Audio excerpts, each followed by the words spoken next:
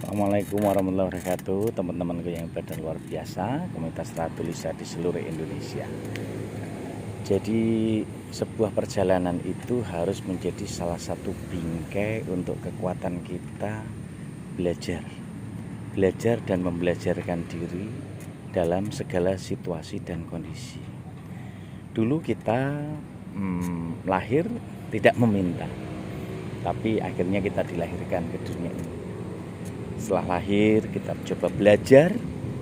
Dari proses belajar ini tentu kita awali dari mulai disuapi, kemudian kita mulai memegang sendok, kemudian kita belajar makan, kemudian dari belajar makan kita mulai mengucapkan A, I, U, lalu Pak, Bu, Mak, Mbok, dan terus akhirnya kita mulai disekolahkan di playgroup, TK, kemudian SD, SMP, SMA, perguruan tinggi, lalu kita beraktivitas bekerja, remaja, dan akhirnya terus bergerak.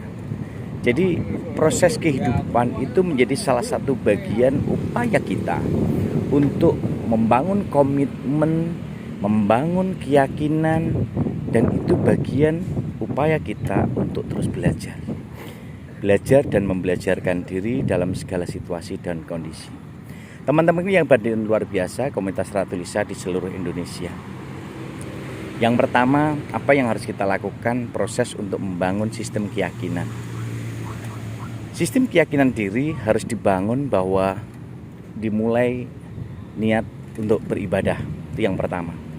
Hidup kita di bumi ini sebagai dai dan daiyah. Jadi kita harus senantiasa bersandar diri pada Tuhan Yang Maha Esa, pada Tuhan Sang Penguasa alam, pada Tuhan Sang Penguasa semesta, pada Tuhan yang menciptakan segala sesuatu di dunia ini.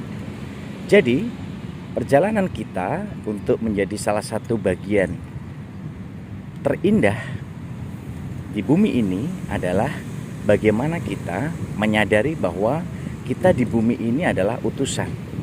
Kita di bumi ini adalah insan yang harus menjalankan skenario Tuhan. Oleh karena itu, semua kita kembalikan kepadanya. Semua kita kembalikan kepada Tuhan, dan hanya kepada Tuhan tempat kita memohon dan meminta. Itu yang pertama. Yang kedua, bagaimana kita terus belajar dan membelajarkan diri sepanjang hayat. Proses hidup kita ini tidak sempurna. Kesempurnaan hanyalah milik Tuhan. Maka teman-temanku yang hebat dan luar biasa, kita harus senantiasa belajar dan membelajarkan diri sepanjang hayat. Kalau kita bisa belajar dari alam, ya kita belajar dari alam. Kalau kita bisa belajar dari situasi lingkungan di sekitar kita, kita belajar dari lingkungan sekitar kita. Kalau kita bisa belajar dari semesta, kita belajar dari semesta. Nah, disitulah proses pembelajaran yang tentu saja tidak bisa dilepaskan dari upaya kita untuk terus berliterasi dengan Ratu Lisa, rajin menulis dan membaca. Ini menjadi penting dalam kehidupan kita, bahwa upaya kita untuk terus belajar dan membelajarkan diri ini tentu bisa melalui proses membaca dan menulis.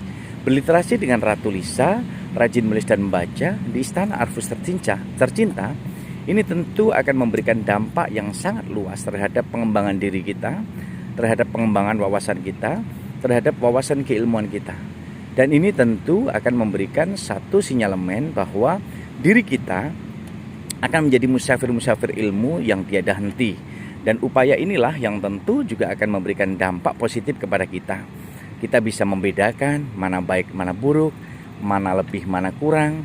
Dan juga tentu saja kita bisa melakukan upaya pemilihan, identifikasi, dan akhirnya bisa menyimpulkan berbagai hal yang tentu kita pilih dan pilah dalam segala situasi.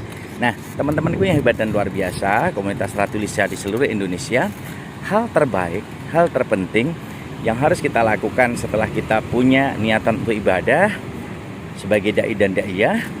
Kemudian yang kedua, kita belajar dan membelajarkan diri sepanjang hayat. Kemudian yang ketiga, Kalau kita sudah belajar dan membelajarkan diri sepanjang hayat, tentu kita akan bisa melakukan kolaborasi dengan alam semesta. Nah, proses kolaborasi alam semesta ini adalah bagian dari upaya kita untuk senantiasa melihat berbagai hal, proses pembelajaran berbasis kontekstual ataupun project based learning yang bisa kita temui di sekeliling kita. Gak usah jauh-jauh, yang dekat-dekat saja.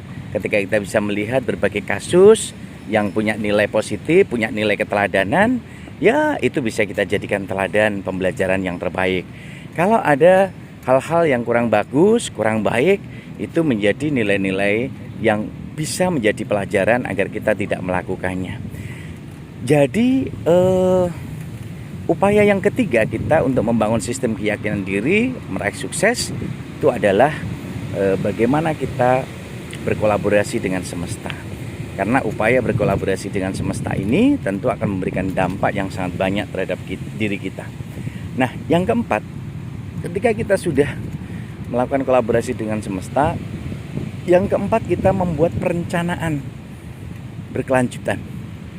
Jadi bagaimana kita memiliki visi pribadi, ya kalau kita buat visi sehari, pagi apa perencanaan ini, bahwa visi kita adalah harus kita buat visi menjadi manusia yang bermanfaat bagi manusia lain. Nah, sehingga kita punya nilai kemaslahatan bagi umat. Ini menjadi visi yang harus kita tetapkan, bahwa visi kemaslahatan ini akan menjadi titik tumpu upaya kita membuat perencanaan berkelanjutan. Nah, sehingga kalau kita sudah membuat perencanaan berkelanjutan yang keempat ini, maka perencanaan itu harus menjadi dasar bagaimana kita merealisasikan berbagai perencanaan, lalu kita evaluasi dan kita tindak lanjuti. Nah, disinilah teman-temanku yang hebat dan luar biasa, kalau kita sebagai manusia, tentu semua memiliki keinginan, semua memiliki kebutuhan, tetapi bagaimana kita bisa memilih dan memilih skala prioritas itu, tentu ini menjadi titik tumpu bagaimana kita menjalani proses harus mengalir dan berjalan seperti roda ini, berputar. Kadang di atas, kadang di bawah, kadang di tengah, dan kita harus menikmatinya. Perjalanan ini menjadi salah satu bagian penting agar kita bisa menjadi musyafir ilmu bersama semesta.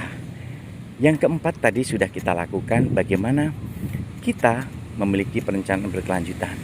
Nah, kemudian yang kelima, tentu kita harus melakukan evaluasi bertahap. Nah, kalau kita sudah memiliki visi, kemudian punya perencanaan, lalu sudah kita laksanakan, maka kita harus memiliki evaluasi secara bertahap. Mana yang tercapai, mana yang belum, mana yang baik, mana yang tidak, mana yang perlu dipertahankan dan mana yang harus ditinggalkan. Ini menjadi bagian penting untuk upaya kita membangun sistem keyakinan diri agar kita sukses dalam hidup. Sukses bukan berarti harus dihitung atau dihargai dengan materi. Sukses adalah kebahagiaan, sukses adalah rasa kita bisa menyadari bahwa diri kita menjadi manusia yang bermanfaat bagi manusia lain. Kita sebagai manusia punya nilai kemaslahatan bagi manusia yang lain. Jadi teman-temanku yang hebat dan luar biasa, setelah kita memiliki evaluasi secara berkelanjutan, yang keenam, kita harus selalu berdoa. Berdoa pada Tuhan Yang Maha Esa, berdoa pada Sang Pencipta, berdoa pada Tuhan yang menciptakan segala dunia dan isinya, agar apa yang kita lakukan ini semuanya kita kembalikan dan kita niatkan karena Tuhan Yang Maha Esa, bukan karena manusia. Tapi semua kita kembalikan pada Tuhan, bahwa Tuhanlah yang akan menilai, Tuhanlah yang akan memberikan, Tuhanlah yang akan membantu, dan hanya kepada Sang Pencipta kita kembali untuk melakukan apa saja. Nah, disitulah apa yang menjadi titik tempuh kita agar nanti upaya ini menjadi bagian-bagian yang tak terpisahkan dari upaya kita agar menjadi yang terbaik di antara yang baik. Dan yang terakhir, yang ketujuh adalah berserah diri kepada Tuhan Yang Maha Esa, bahwa apa yang kita lakukan ini semua kita niatkan hanya kepadanya. Dan berserah diri ini adalah upaya kita yang terakhir, bahwa segala usaha, segala ikhtiar, segala doa sudah kita lakukan, dan semua kita serahkan pada Tuhan Yang Maha Esa, agar Tuhan yang menjalankan skenario-nya. Kita sebagai manusia hanya bisa merencanakan, melaksanakan, mengevaluasi, dan tidak lanjuti. Dan semoga ini akan menjadi kebaikan kita fitini wa dunia wal akhirah. Teman-temanku yang hebat dan luar biasa, komunitas Ratu Lisa di seluruh Indonesia, ini 7 langkah bagaimana kita bisa menjadi manusia sukses di dunia. Dan tentu ini akan menjadi bagian upaya kita untuk mewujudkan mimpi dan cita-cita kita. Jadi yang pertama, kita niatkan semuanya untuk ibadah. Yang kedua, itu menjadi salah satu bagian penting bagaimana kita berkolaborasi dengan semesta. Dan yang ketiga, kita punya perencanaan berkelanjutan. Yang keempat, kita melakukan evaluasi secara bertahap. Yang kelima, kita selalu berdoa. Yang keenam, kita berserah diri pada Tuhan Yang Maha Esa.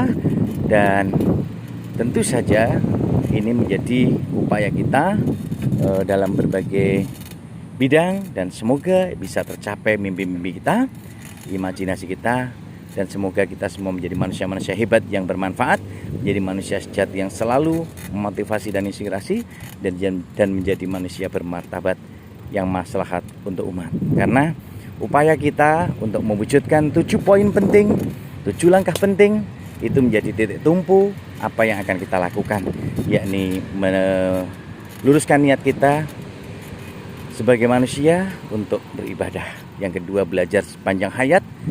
Yang ketiga, itu kita harus berkolaborasi dengan semesta. Yang keempat, punya perencanaan berkelanjutan. Yang kelima, memiliki evaluasi secara bertahap. Yang keenam, senantiasa berdoa dan bersandar kepadanya. Dan yang ketujuh, kita selalu berserah diri kepada Tuhan Yang Maha Esa. Semoga ini menjadi titik tumpu kebersamaan kita dan sukses untuk mewujudkan mimpi dan cita-cita kita. Bersama saya, Muhammad Rahmadi Ratu Lisa, semoga mimpi dan cita-cita kita bisa terwujud menjadi manusia sukses yang maslahat untuk umat. Terima kasih. Bersama Muhammad Rahmadi Ratu Lisa, kita wujudkan semangat kebersamaan pagi ini. Luar biasa. Assalamualaikum warahmatullahi wabarakatuh. Selamat beraktivitas. Semoga sukses fitini wa dunia wal akhirah. Amin ya rabbal alamin.